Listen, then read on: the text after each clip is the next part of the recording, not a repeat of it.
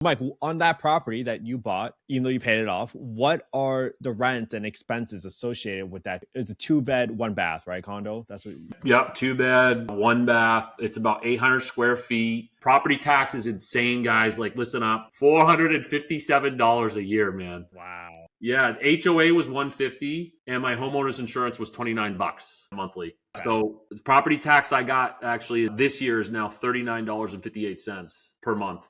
So my total monthly expense now on that unit is $219, and I collect $1,250 a month. It's a great deal. What does a good HOA look like versus the bad HOA in terms of finances? Yeah. When I'm looking at the finances, they literally show the profit and loss, right? So you'll see if they have a negative cash flow or a positive cash flow. I like to see the surplus, but typically the surplus just means they're planning for some bigger project that might be happening. If there's a pond, if they're on a golf course, different things like that. But I always look at just the basics of even just that, the P&L side of things. Now you can see delinquencies too. So depending on what part of the finances you're getting, you can see how many units have delinquencies. You could see past dues. So I look at that as well. I like to see that people are paying their dues on a regular basis, and you want to make sure of that. And then you can look at outstanding legal lawsuits as well. If there's any litigation going on, the profit and loss, and then outstanding litigations that they have going on, they typically disclose that. They'll have like legal line, and you can see if there's payments going on that year, and then you can at least ask the HOA about it, which I've done in the past, and they've shared it with me.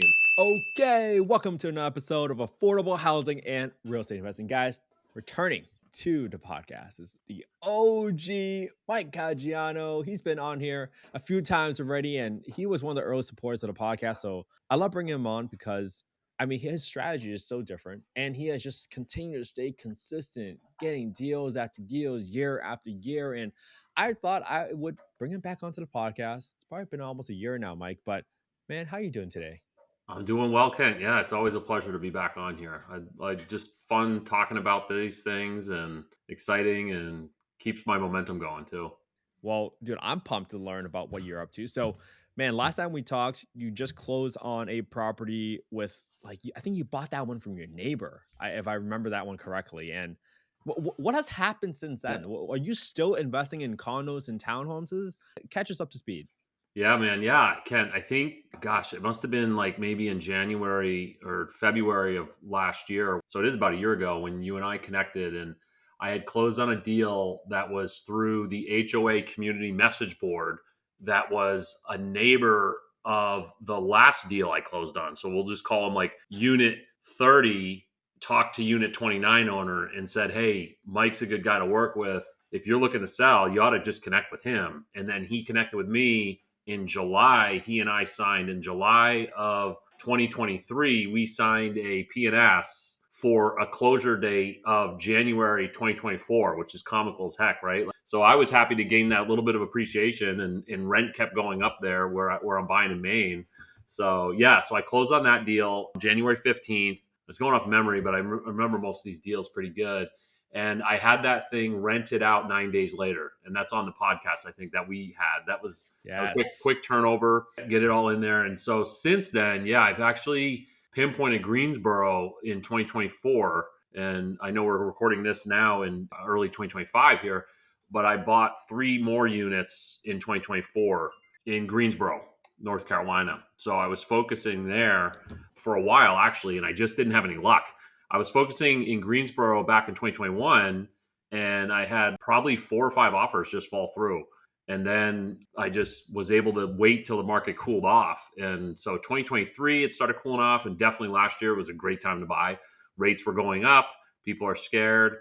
Maybe that's why I was able to get these deals, but I was still buying townhomes and condos, and I was able to grab 3 more in Greensboro now too. Okay. All right. So maybe let's break it down in 2 questions. First of all, for people that don't and have not heard you, why do you invest in condos and townhomes? Give us a brief, quick hitter on why you think that strategy is so much better than single family homes. Yeah, sure, Ken. Yeah, yeah, and it's against conventional, investing wisdom, so to speak, because a lot of investors say they hate HOAs. They're scared of them. That anything can happen. The fees are horrific. There's kind of these myths, right? It kind of falls into the same category as affordable housing, right? And renting to Section 8 housing choice vouchers. It's like, oh, they're awful. They're going to tear your property apart. Kind of a myth. So as long as you do your upfront due diligence and invest prudently in reviewing these HOA laws, the bylaws, the covenants, you're going to be pretty safe. So you can look through the fine print, make sure that rentals are okay, make sure they're not concerned with ratios, renter versus owner occupied. And then you dig deeper into their finances. You look at that. I always look at their finances, and most HOAs post those. But definitely when you're in the due diligence period, you could ask for all that stuff. And I always get that stuff. And then once you find a good HOA and you find a good community, and you can still remain market agnostic, stick with that one though, because there's likely hundreds of units there, right? So it's like, well, you bought there on your first unit for a reason. So you can likely just stick there, and you have a little cluster of them now too. And that's what I've been doing in Greensboro as well now. I bought one in one complex, but then I bought two more in that same complex because I like the HOA, good finances. They're cool with me renting it out. So that's that issue where you're worried about the parameters and the bylaws and whatnot. And the next thing is all those big ticket repair items are covered in that little tiny HOA due that you're paying every month, which in my case, we'll use Greensboro. They're $150 a month. Each one is $150 per month for the HOA dues. But guess what? That covers me for the roof, the siding, the windows, the hallways, the common areas, no grass, no shrubbery, no outside parking lot to worry about, no walkways, no, sidewalks to be concerned with, no broken windows, no siding issues. So all that stuff, the septic tank, the porches, I don't deal with any big ticket items. So suddenly, what typically most people might want to budget, and this is kind of conventional research, is going to tell you about 20% of your rent you can anticipate for expenses, repair costs. You're going to need a new roof. You're not going to need one every year, of course, but you might need windows one year. You might need siding one year. You might need a roof one year. You might need to redo that sidewalk or redo that driveway or redo that septic tank, redo that porch, that balcony, all those things that are covered in the HOA dues. On a single family house, you're going to likely have one of those big ticket items almost every other year. So that's usually 20% of your rents collected versus in my HOA model, it's 3%. And I say that's not a forecast, right? That's like historical numbers that I've been tracking for 18 years now. Is 3% of my rents collected per unit go toward my maintenance for every unit I own. So it's 3% of my rents. So that's Yeah. why, that's some of the reasons why. Because then if you focus too on affordable housing, these folks like a community. They like to know that things are being watched. They actually like to have the rules. I like to lean into the rules, right? So I'm not the bad guy. Hey, Sally, I'm sorry you can't smoke there. Or, hey, Sally, I'm sorry you can't have a dog. You can't have a cat. As you know, it's in the bylaws. It's not me. It's the, big bad uncle bylaw. So I'm not the bad guy as well. So that helps out drastically for me to not have turnover because they'd never really look at me like, oh man, he's so hard on me on stuff. It's like, it's the bylaws. So I get a magnet and put them up on the fridge before they move in. They could see all the rules. They know 10 p.m. you got to be quiet. 8 a.m. you could have your kid running around and be loud as well. Those things all help though for a community. And then they like the close knitness too. Wow, So I yeah, loved how you just went through that, Mike. I loved how you talked about one. Normally, people put aside 20% for maintenance, but you're only at 3%. That's a huge advantage right there. But as huge. I think about looking at an HOA, are you looking specifically on how much are in the reserves? How many times have they done a special assessment? Give the audience some ideas on what does a good HOA look like versus the bad HOA in terms of finances. Yeah, sure, Ken. Yeah. When I'm looking at the finances, you could see they literally show the profit and loss, right? So you'll see if they have a negative cash flow or a positive cash flow. I like to see the surplus, but typically the surplus just means they're planning for some bigger project that might be happening. If there's a pond, if they're on a golf course, different things like that. But I always look at just the basics of even just that, the P&L side of things. Now you can see delinquencies too. So depending on what part of the finances you're getting, you can see how many units have delinquencies. You could see past dues. So I look at that as well.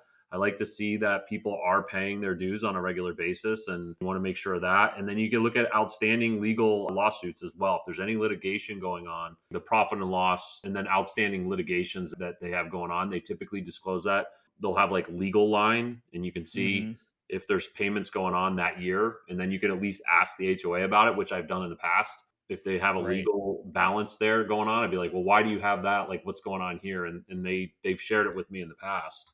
Well, do you look for a certain amount of reserves to be in place already so that you can potentially avoid any special assessments when you're investing in HOA? Honestly, Ken, I don't, because typically, like I said, when I see a decent amount in reserves, when I've asked about it before, and I see it when every year, because now I'm part of those HOAs of where I buy, they'll have it for a reason. They might be planning on new roofing, they might be doing something in the parking lot. I know in Raleigh here, I have a couple units, and it's we're doing a lot of tree cutting, so we have that surplus. That's why we planned on that, and we didn't spend as much over here. So not really. One of the key things too is what you can do is see who's the property management and who's actually in charge. And you could look that company up. You could look these. I'm thinking about like Maine housing properties. That's who manages my ones up in Maine. And there's 6 units that they're managing, of which there's 78 units, 6 I own. And I see that they have a long history. So it's like I feel good about that. And then how long is it a new community, or is it been here a while? Right. So if you could see their last year's finances and they've been here for 30 years, I don't get too cautious then. I'm not overly concerned, despite what the general public thinks, like, oh my God, the HOAs, you're nuts. It's like, now I have 11 units and they're all in an HOA and I've had zero problems. So it's like, okay, well, you can proceed with extreme caution and never buy, or you can trust your instincts and trust what your due diligence is. And I always say, be prudent about it, but don't overanalyze either. So with those big variables that are covered, they've been around a while. The community's not that new. And if you obviously own one unit already there and you vetted it out once, it's probably still good. You can buy again then too. So yeah, there's a Okay. few low hanging pieces though that you could look for, like I mentioned. Okay. Well, I loved how you kind of cover all those details, and it puts people at ease because that's probably one of the number one concerns that they have is like, oh, what if I'm paying for this rehab and all of a sudden I get a special assessment, right? That makes perfect sense. How did you pick Greensboro? Like, what were the criteria or what attracted you to Greensboro? Because a lot of folks listening right now, they might be, hey, okay, I'm sold into the HOA thing. How do I pick my market? How did you pick your market? Well, yeah. So you, of course, definitely want to look, for specific demographics. It depends on what your model is, right? There's so many different ways to make money in real estate. Mine has not been for the long term hold for appreciation, honestly. But when you do buy for cash flow, like I do, and I like to see the cash flow go up every year, I then realize I'm like, well, hold on, my wealth is being built accidentally by the appreciation though. So it's like, well, maybe I'll look at that. So about like 4 or 5 years ago, because I've been doing this like 18 years now with, buying one unit here or there. I wasn't even buying a unit a year, right? I own 11 units. I've been doing this for 18 years. So, call it like almost a unit every year and a half, right? So it's not that hard to do ultimately when you look at the length of time I've been doing it.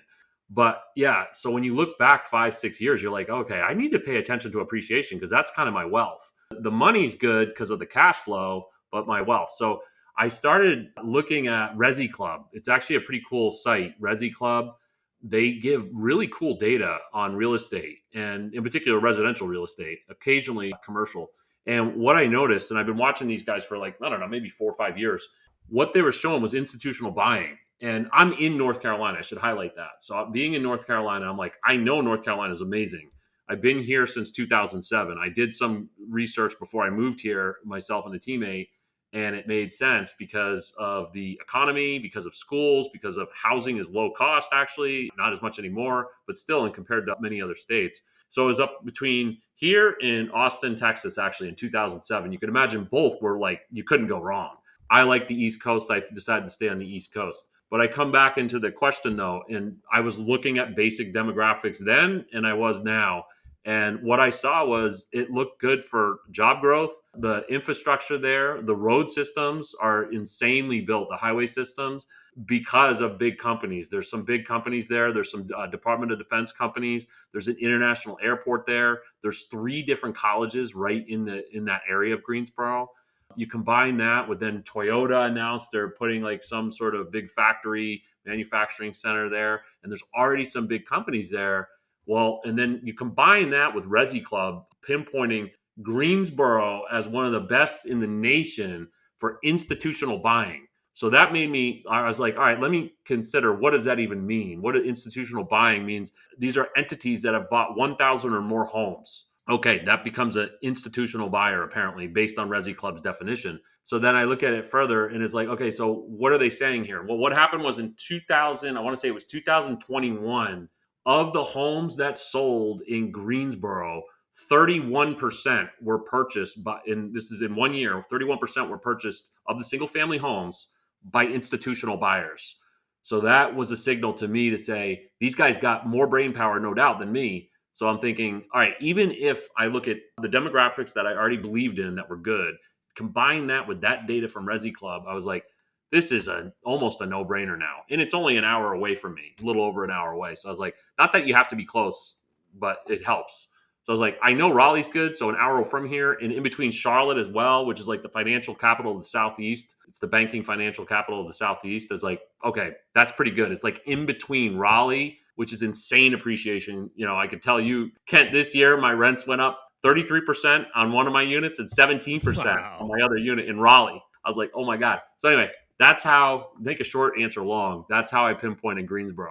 Man, that's such a great way to go about it. And I love how we always cover the fundamentals around job growth, population growth, and just looking at how the city is evolving. That's such a great way. And it sounds so simple, Yeah, but sometimes people forget about it. you And do. Yeah, obviously, this is you're, not investment advice, right? We're not soliciting any investments on this call. Full disclaimer.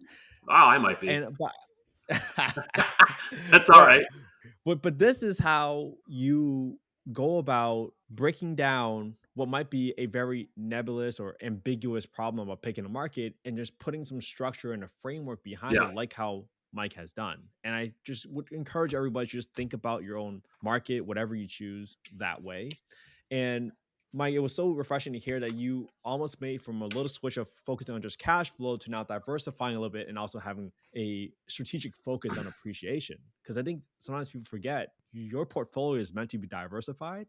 It's meant so that you can choose, hey, how do I split up my portfolio so that maybe there's a piece that prioritizes appreciation a little bit more than cash flow, right? So, I yeah, mean, let's get into the deals. yeah, You bought 3 deals last year. Tell yeah, me, Ken. Yeah. tell us all So about those deals. what is crazy, right? So I pinpointed it for appreciation and I already understood the rents. But what I didn't plan for was 2024 to just be a beautiful year to buy because rates were high. Honestly, the market seemed a bit saturated. It was a beautiful thing. Now, again, I also talk about how HOAs, condos just aren't in high demand, right? And I said this before years ago, and perhaps I'm naive, and that's why I'm like, hey, I want this. It's like, dude, you understand that's going to break in like a year? I guess you're all excited to get that. Like it's a Hyundai, right? Or nothing against Hyundai, but right? It's like you understand you're getting a Hyundai. You could have had the Mercedes over here for the same price, but you're all excited about the Hyundai.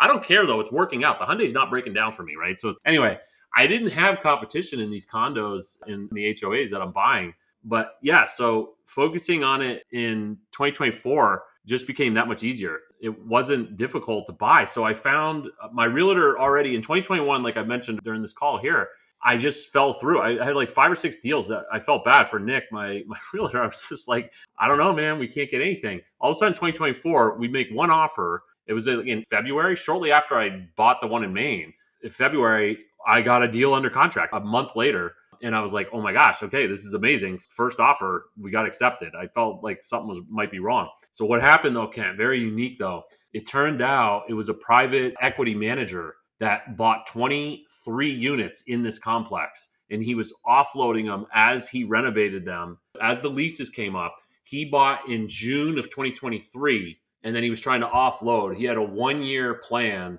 to offload all the units. And he had 23 units. So he was pretty content. So he had a blended cost per unit of 58,000 that he bought each unit at 58K. $58,000 a unit, 2 bedroom, 1 bath condos in Greensboro. So I got fortunate in the sense, but again, you create this, right? I talk about this in the training. I said it before in the podcast. It's like your actions are going to create the momentum to keep moving. It's crazy though. So it worked out great. So this guy, Eric is his name. He ends up reaching out to me and sees me on LinkedIn and reaches out directly to me. Hey, Mike, I'd like to connect with you. I'm the guy that owns these units. So he's got a company. So I don't know the individual. So I was like, yeah, let's talk, Eric. So anyway, then we do 2 more deals off market without the realtors. So he's happy. I'm friggin' thrilled because guess why, Kent? He's renovating them, fully renovated condos. So what did I get them for? 90K 92, and 95. The reason I got one at 95, the highest one, was because I wanted a brand new HVAC and a brand new furnace, a whole new air furnace in there as well. That in itself is like 12 grand. So he did that. Plus he did, gutted the kitchen, gutted the floors, gutted the bathroom, beautified each of my 3 units for those prices, man. Those prices I can't make it up, right? 90, 92, and 95.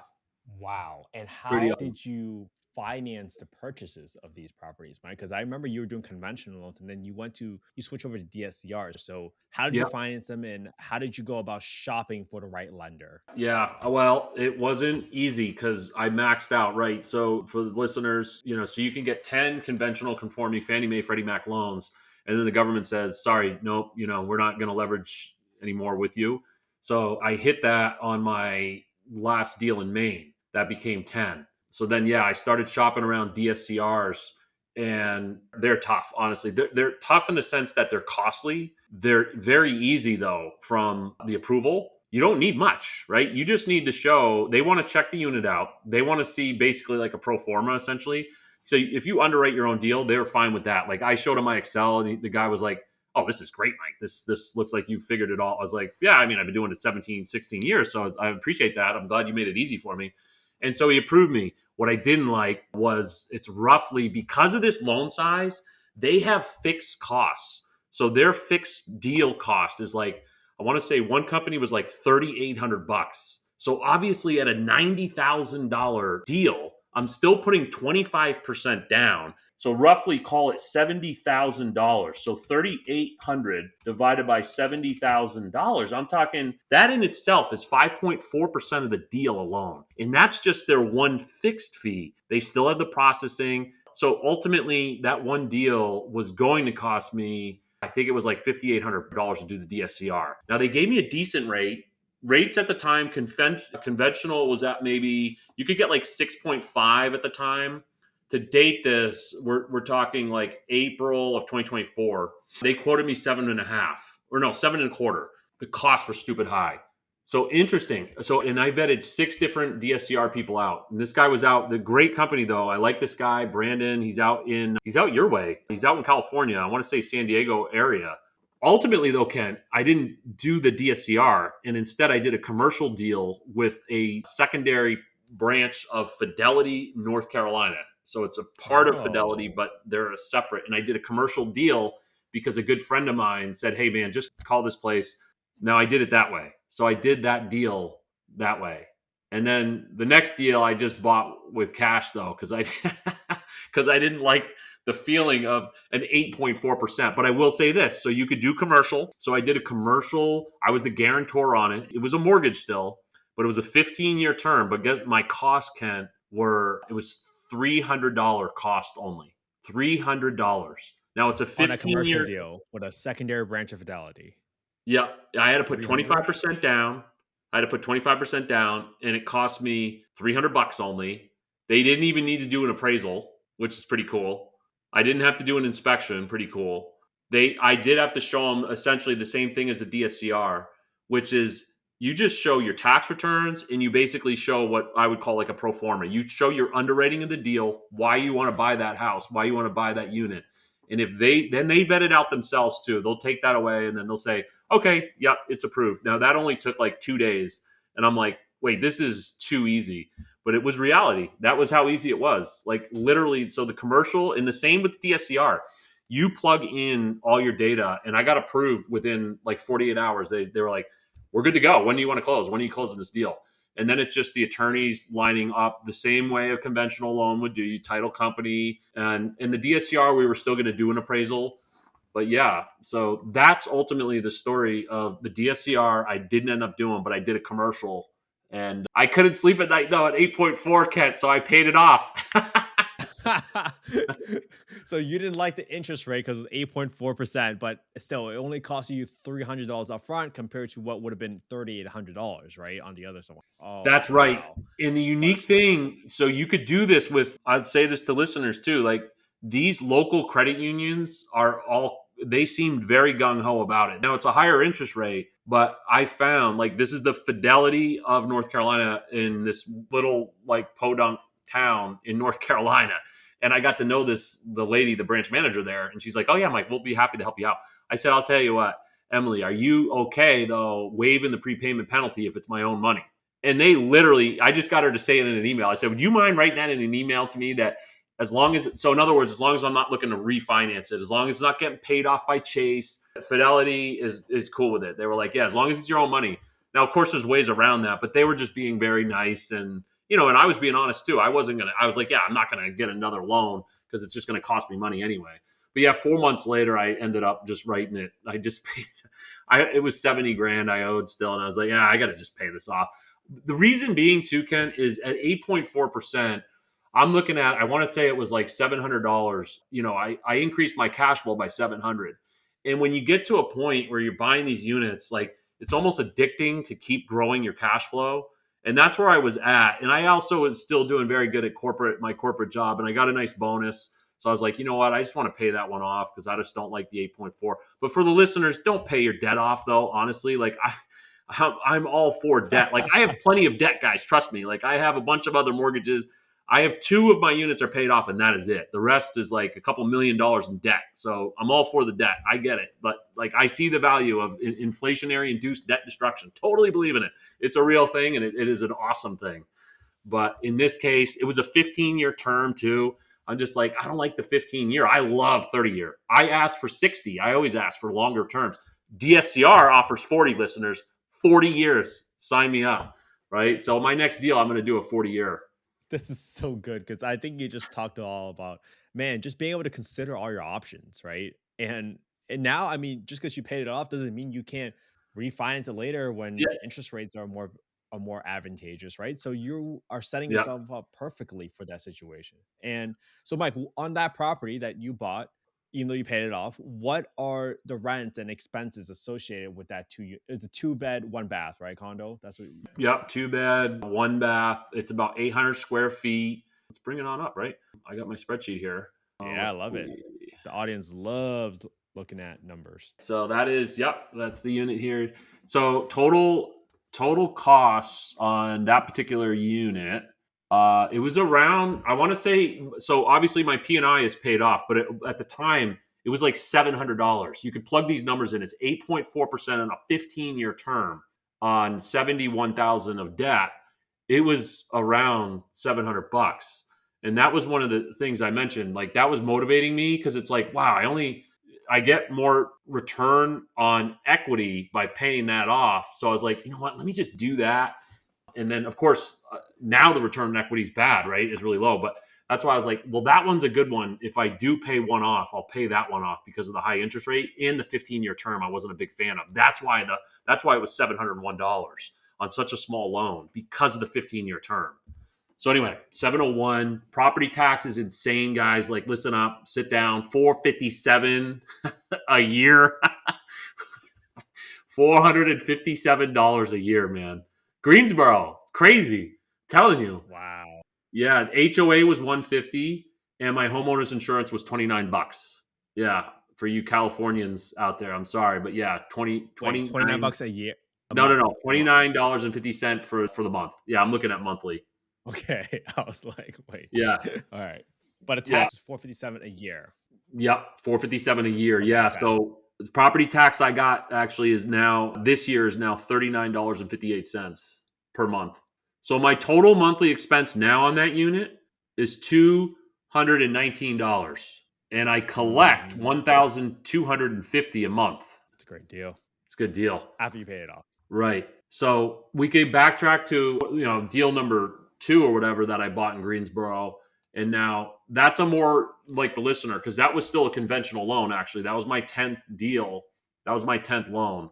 So I got that at 6.99%, 30-year fixed, 25% down. So you're looking at, I'm looking at my total cost. So it's $459 P&I, $39.58 on the taxes. Goes back to that. Taxes this year, I'm now looking at are $475. It went up a whopping, like $14. It's just amazing, the property tax. I'm just waiting for that to like balloon one of these. Like, how is it only $475 for the year? But it is. So yeah, my total cost on that. So $459, $39 for taxes, $150 HOA, and $29.50 on my insurance. Total cost is $678. 6, 7, 8. And they're all So renting for 1250 right now, right? yeah, In that 1250. complex. Yeah. And is Yeah. that the published payment standards for Greensboro Housing Authority? It actually is more. So it's actually more, but I guess they went into this seeing the unit and the units were so nicely renovated. So that does happen. If your amenities inside your unit happen to be above average, I knew to ask for a little bit more. So I asked for that number and they granted it. So, not all public housing authorities are created equal, I'll be honest, because I've worked with 5 different ones. I still work with 5 different now, and some have some leniency, some don't. Some are good in one area and some are really bad in another area. This just happened to be one of those deals, and they're like, yeah, that's fine, 1250 we accept, because the published rate was going to be 1176. So 1176 Wow. was the published rate, and I just pushed for 1250, and it just, with no friction at all, they accepted it, and so I was like, okay, we're in. So, and And once does you're that in include now, utilities, Mike? I do not include, so I don't pay for the utilities, right? That's, my tenants still get their utility allowance on top of me getting 1250, right? Solid, Wow. Go solid figure. deal, no doubt. Yeah, so it wasn't that by accident, because once I started doing my research in 2024 came upon us, and I was like, wow, I can get these deals for less, sub 100 deals, and I'm making cash on cash is like 20%. I was like, this is weird, because I was buying there for appreciation, and suddenly it became a cash flow move, like you wouldn't believe, right? Like, I'm getting 20% with 7% rates. I was like, well, what happens when, they always say, right, you marry the house, you date the mortgage, right? So it's like, well, as soon as those rates go down, I'll just refi, and now it would put me in a cash on cash of like 40%. And that's just looking at cash flow alone, right? Not looking at equity building, appreciation, like all those gains that you have, principal pay down that's happening. I'm only looking at that. I'm not looking at total yield. Total yield on these, Kent, is like 37%. Cash on cash is 20. Like, what am I going to invest in? That's where I was like, so I told, so Kent, I kid you not, man, I had to sit and show 2 of my friends this. So now Luke, who you may have talked to before, Luke is also involved in Section 8 Secrets.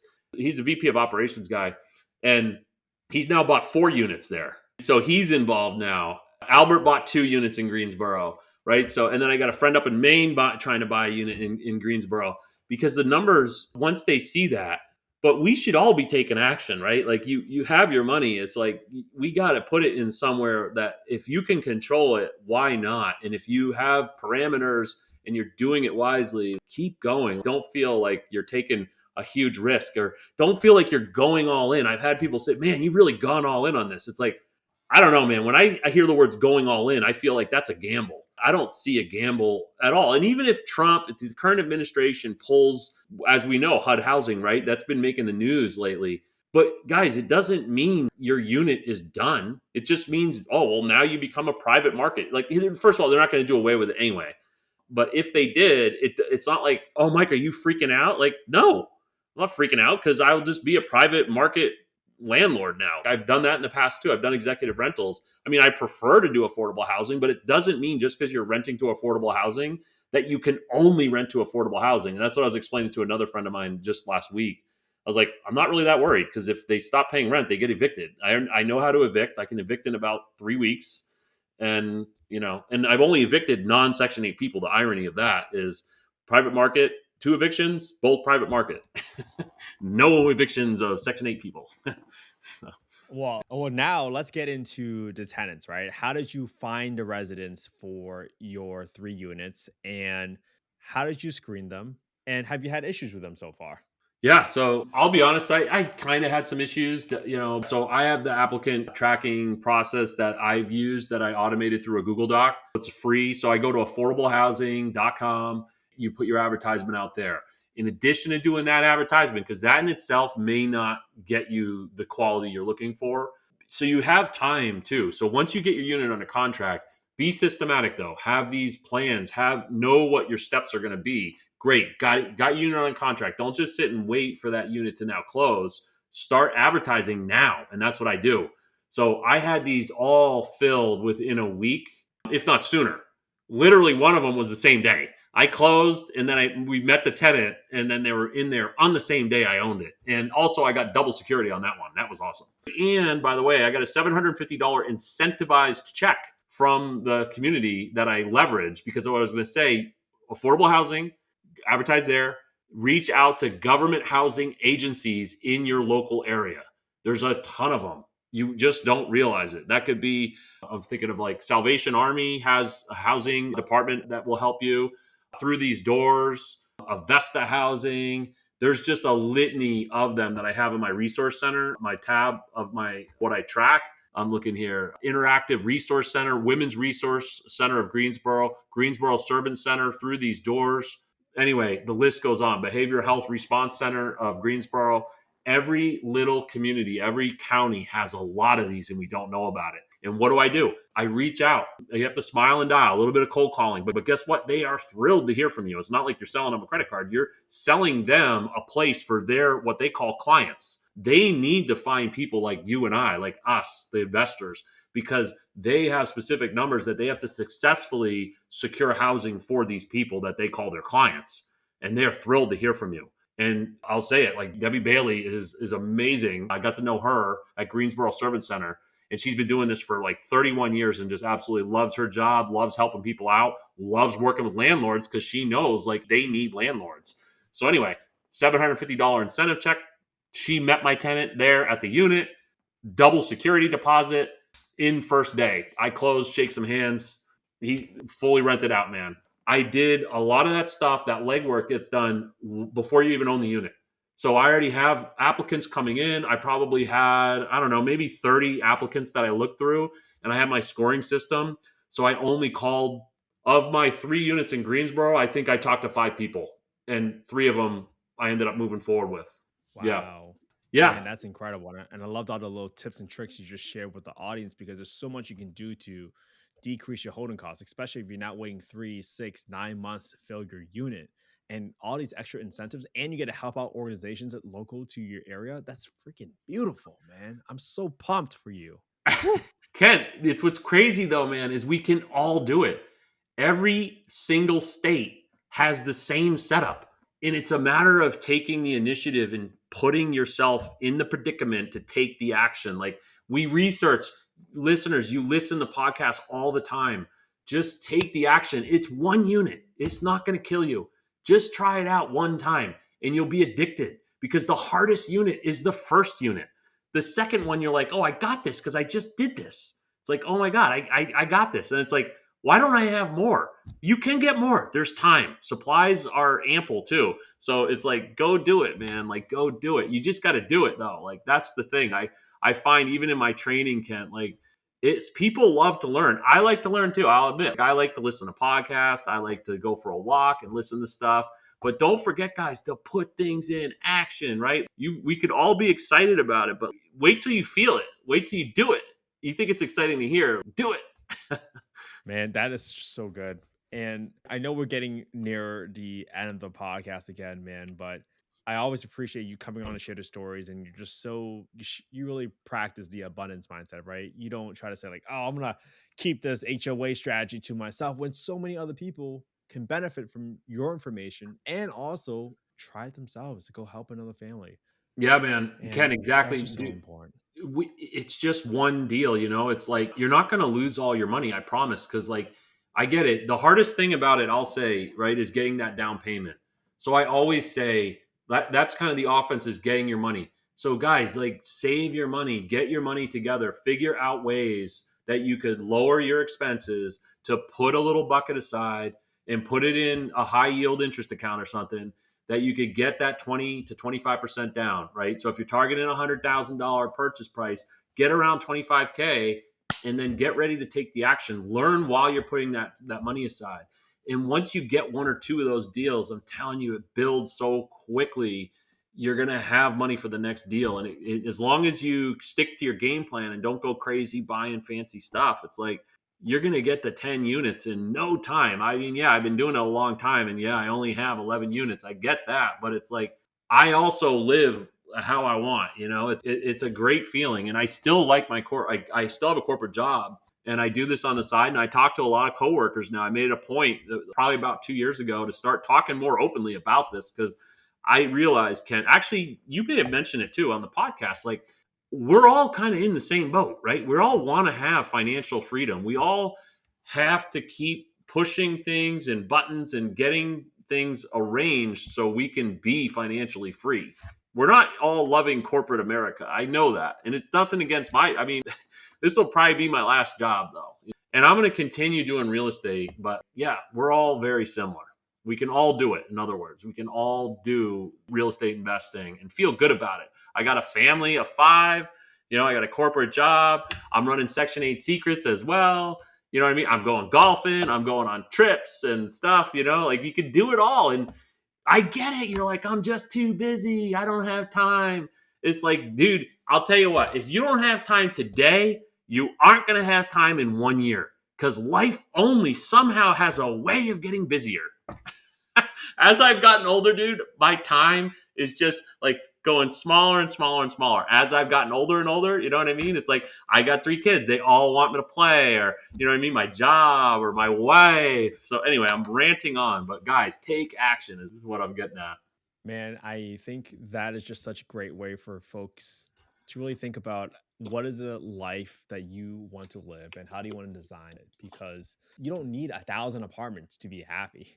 You can live the life and spend the time you want with your kids and still keep Yeah. your job and build wealth on the side, just like exactly how Mike is doing it. And sometimes people just don't have this concept. They think it's impossible. And that's why I bring on guests such as Mike to come on, share their story so that it is absolutely possible. You just got to be okay being patient. And sometimes that's just so hard in this world with social media and all these gurus telling you exactly what to do and trying to teach you all the shortcuts when You sometimes the hard way is the right way. You're spot on, Kent, right? Like, it's like, I listened to a podcast for years. I've listened to, his name's Chad Carson, and I love the name of it. It's The Small and Mighty Investor. You may have heard of it, Kent. It hit me. It's spot on. Like, he's a former athlete. I think he went to Clemson. And like, when I listen to that guy, I mean, some of it's a little cheesy, no doubt. And now it's gotten to a point where it's a little more beginner level, but ultimately it's helpful. And my point is, like, he makes you realize, like, you don't have to be that big. Like, we listen to stuff, we see the excitement, we see these hyped up guys. Like, good for them. Like, they're killing it, right? They have 1,000 units and all these doors and all this money, and they're buying jets or whatever. But we realistically, you don't need any of that stuff. Have a goal, and then, like, the small and mighty way, that I kind of call that's what I've done. It's not a lot of units, but you know what? Each unit's bringing in on average $882 in profit per door, right? And that works out pretty solid. When you look at it over 11 times, it's like, okay, wow, all right, that's your average per door. That's right. And it's like, that could be game changing when you hit just 6 figures on your side hustle, bringing that money in. And you can do way more if you really want, but I choose not to. But anyway, small and mighty is pretty game changing for anyone's life. All right, Mike. Tell the folks where to find you, how to get in touch with you, and learn more about your program. Sure, Kent. Yeah, section8secrets.com. We got a little community there, and it's a good platform to figure out, like, first, what is Section 8, right? How do we select properties? How do you obtain financing? We hit on many different key variables. Tenant application process. I share my Google form within the program that I've used and refined over 15 to 17 years. I really didn't establish it until maybe 14 years ago, I'll admit. So yeah, I've been refining it for like the past like 10 years ultimately. And why do I, within that's a unique thing where it's like, well, you ask if they have a job, but I'm asking if they have a job, not because I'm concerned about their income. I'm asking about the job because it's good to know that they're not inside your unit 24/7. The less they're in the unit, the less wear and tear on the unit. Things like that we don't really, you don't look at it that way when you're doing private market renters, but it's also good to see they have a job for motivation and whatnot. Property management, LLC, umbrellas, refinancing, how to leverage your money, all that stuff. But yes, section8secrets.com is a great way to win, honestly. And everybody's winning, Kent. That's the unique thing, right? With affordable housing, when done right, when investing right, you win as the investor, the tenant wins as You're giving them a safe, sound place to live, raise their family, and the government wins too because it's proven that there's significant cost savings by them providing money for these programs versus letting these families live and get disease or commit crimes on the streets, get incarcerated, right? Going through shelters. There's only so much room in shelters. The government, this is not going away. This has been around to the public since what, 1971. It's not going anywhere. There's a little bit of hype about it. Oh my God, they're going to pull the funding. It's like they're not pulling funding. Yeah. Not unless they want a civil war, in my opinion. But again, I That's- digress because yeah. you can't just kick all these folks out on the streets. It's that's just not No. how you solve the problem. And I get the news bait, I get the clickbait, but I think it's always good to kind of listen from investors like you with a little bit more steadiness and experience and just Yeah. some logic instead of just believing the first Instagram post that you might see online somewhere, Yeah. just trying to get Yeah. your I attention had for some 5 minutes friends right that now. like were giving me a hard time about it. And I was like, guys, you know what? If it gets pulled, guess what? I still have an asset. It's not a liability. It's not like I have a leased car here. It's like if it gets pulled, I mean, it's too bad. I gotta let those folks go. I don't want that to happen to them, but I'm running a business. It's like, but guess what? Private market still needs a place to live, so it's not like yeah. So It's I'm not not going to overly zero, worried. right? Thank Definitely you not so going to much. zero.